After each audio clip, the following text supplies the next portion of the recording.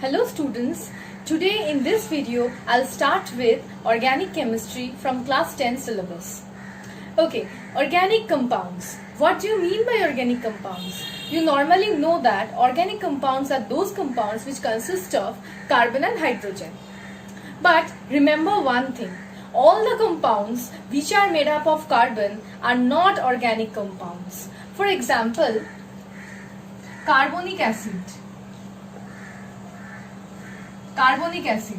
This is the formula of carbonic acid. Carbonic acid also contains carbon and hydrogen. But this is not an organic compound. This is an inorganic compound.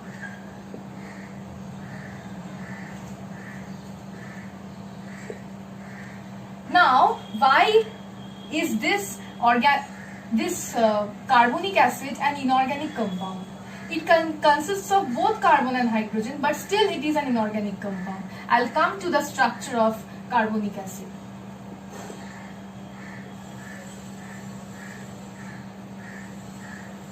Carbonic acid has a structure of this. Here, carbon do not have direct bonding with hydrogen.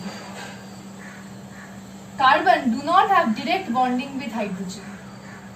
So, the organic compounds are those compounds in which there is direct carbon-carbon bonding and direct carbon-hydrogen bonding.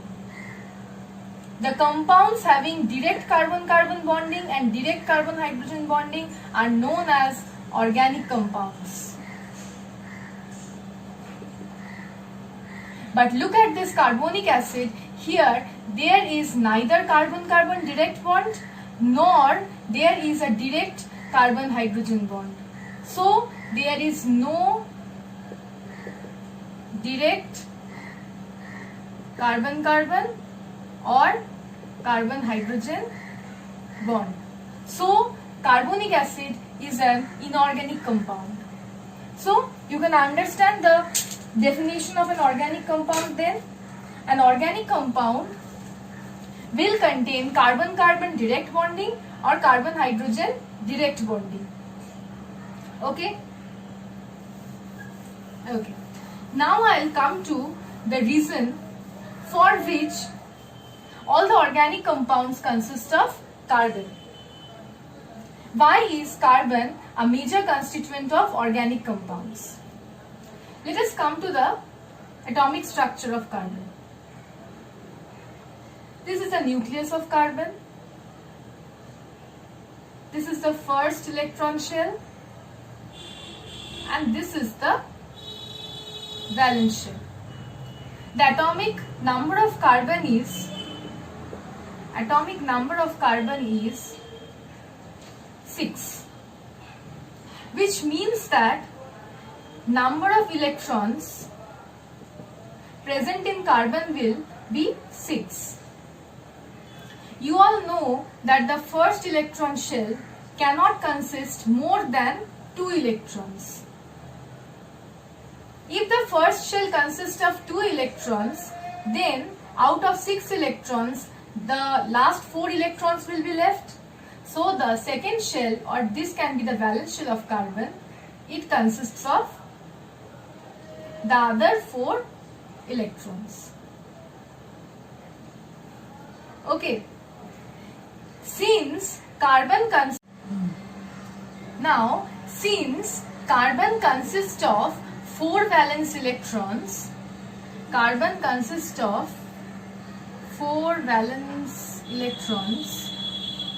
so carbon is tetravalent,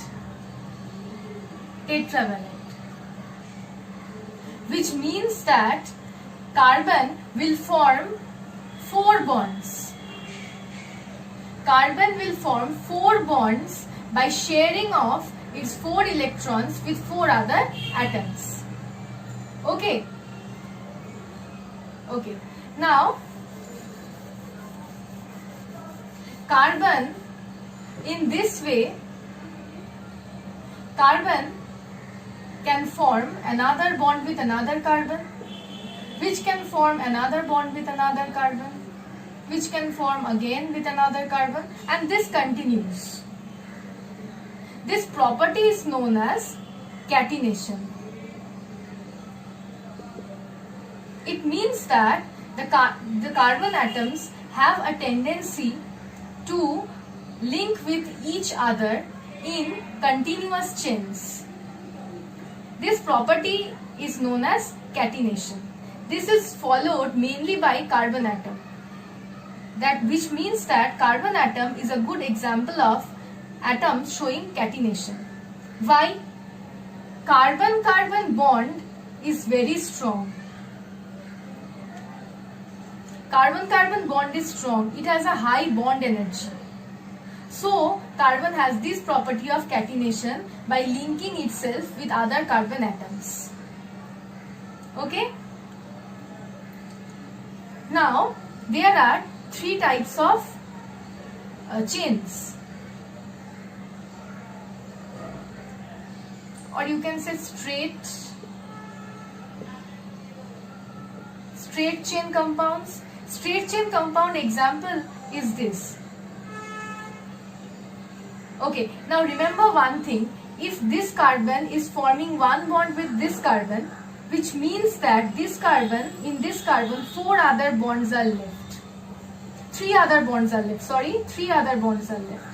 These 3 bonds can be satisfied by 3 hydrogens.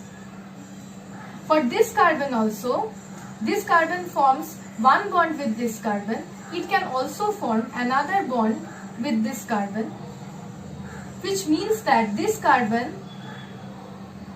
is left with 2 other bonds because it has already shared 2 bonds with 2 carbons. Now 2 other bonds can be satisfied by hydrogen atoms. This carbon can also form another bond with another carbon. So this carbon also has 2 bonds, which means that it requires 2 other bonds to be satisfied, which can be satisfied by 2 other hydrogens. Now I can end the chain up till this carbon only. So in this carbon only 1 bond is satisfied with this carbon. 3 other bonds out of the 4 bonds are left. That can be satisfied by 3 other hydrogen atoms. This is a straight chain organic compound. Why it is a straight chain compound? Because all the carbon atoms are in a straight chain. So these type of compounds where all the carbon atoms are in a straight chain are known as straight chain organic compounds. Okay? Now I'll come to the branched compounds. Here how many carbon atoms are there? 1, 2, 3, 4. 4 carbon atoms are there. Okay? I will show an example of branched chain compounds where 4 carbon atoms are only there. Okay.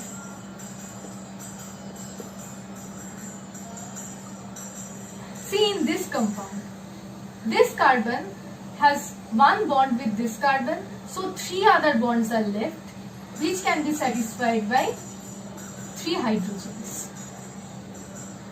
In this carbon also, this carbon has 1 bond with this carbon and it has 3 other bonds left, which can be satisfied by 3 hydrogen atoms. Now look at the middle carbon atom. In the middle carbon atom, this carbon atom has 1 bond with this carbon atom, the second bond with this carbon atom, and the third bond with this carbon atom. So out of the 4 bonds, 3 bonds are satisfied. Only 1 bond is left, which can be satisfied by hydrogen. Okay? Now look at this carbon atom. In this carbon atom, 1 bond is satisfied by this carbon atom. 3 other bonds are left, which can be satisfied by 3 hydrogen atoms. This is a branched organic compound. See, here also there are 1, 2, 3, 4 carbon atoms. Here also there are 4 carbon atoms. But in a straight chain compound, 4 carbon atoms are linked to each other in a straight chain. But in a branched compound, the carbon atoms are not linked in a straight chain. 3 carbon atoms are in a straight chain and 1 carbon atom is linked below with the middle carbon atom. Like the branches of a tree. So these are known as branched organic compound, branched hydrocarbons you can say. Okay. Okay. Now I'll come to the closed chain compounds. Now what are closed chain compounds? I'll explain this to you with an example. Look at these. Here,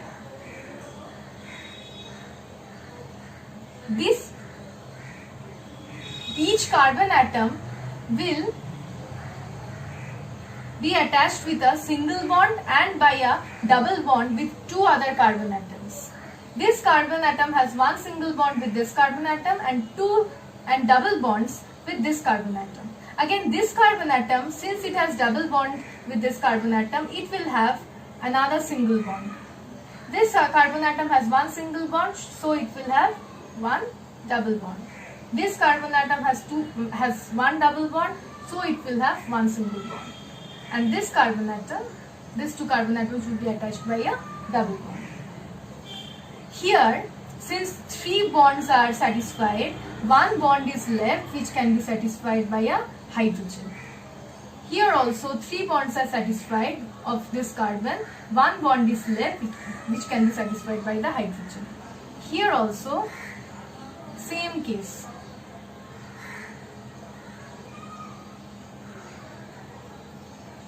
See, in this compound forms a ring.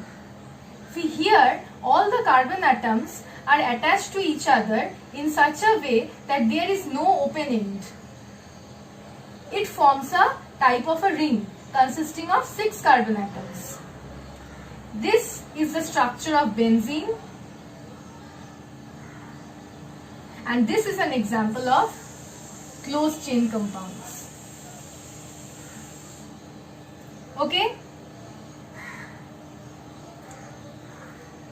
Okay, these are more or less the types of hydrocarbons. Okay.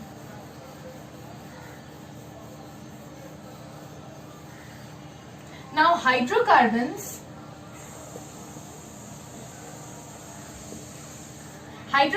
are those organic compounds in which there are carbon-carbon direct bonds and carbon-hydrogen direct bonds. Means hydrocarbons are those organic compounds which consist of only carbon and hydrogen. Okay? Hydrocarbons are divided into two broad groups: saturated and unsaturated. The saturated hydrocarbons are alkanes and the unsaturated hydrocarbons are alkenes and alkynes. Okay? Now what are alkanes? Alkanes are those hydrocarbons in which there are carbon-carbon single bonds. Alkenes are those hydrocarbons where there are carbon-carbon double bonds. Alkynes are those compounds where there are carbon-carbon triple bonds. Okay? Alkanes are saturated compounds. Alkenes and alkynes are unsaturated compounds. Now I'll come to the general formula. Alkanes have a general formula CnH2n plus 2. Alkenes have a general formula CnH2n. Alkynes have a general formula CnH2n minus 2. Okay, where this small n represents the number of carbon atoms.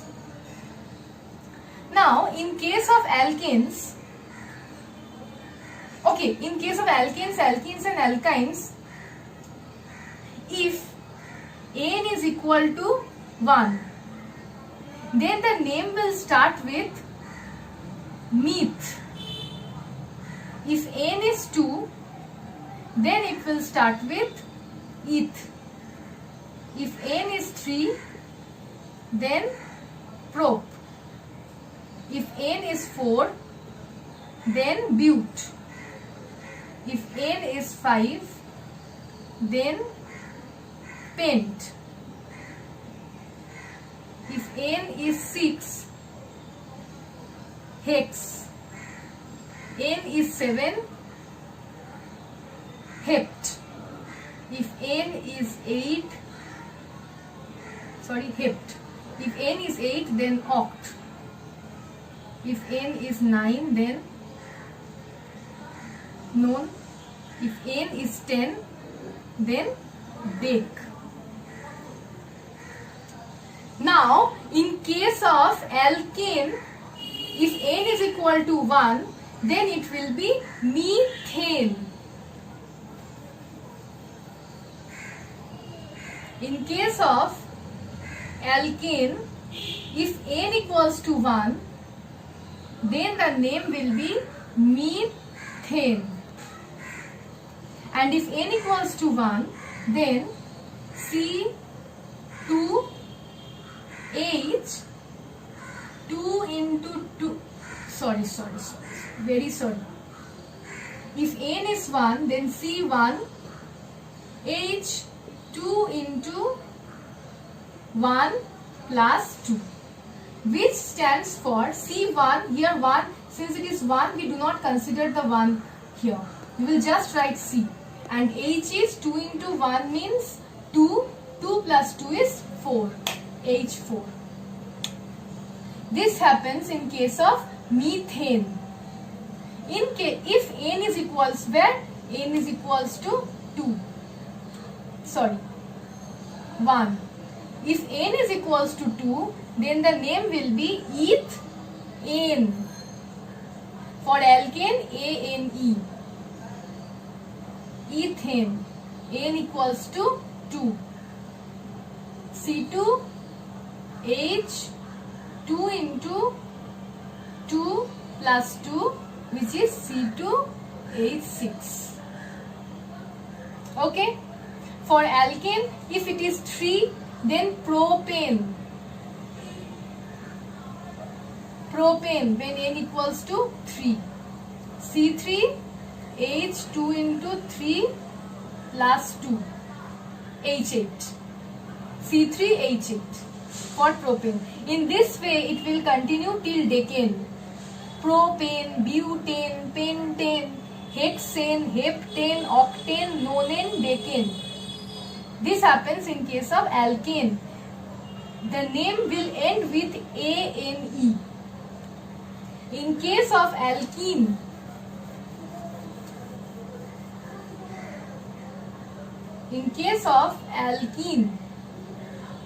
for alkene and alkyne, N cannot be 1. N cannot be 1 since there are carbon-carbon double bonds. So double bond won't be formed without the carbon, without 2 carbons. So for double bond and triple bond, N equals to 1 is not possible. For alkane, it starts with N equals to 2. First is, for N equals to 2 is eth. Eth. For alkene, it is ENE. Ethene. C2H2N, which is C2H4 for ethene. For butene, for example, But means N equals to 4.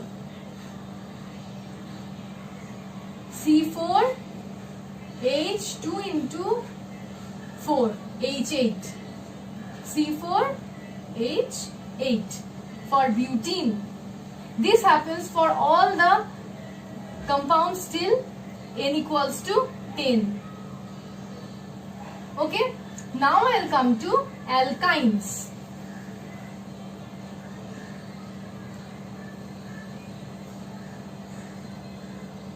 For alkynes also it starts from n equals to 2.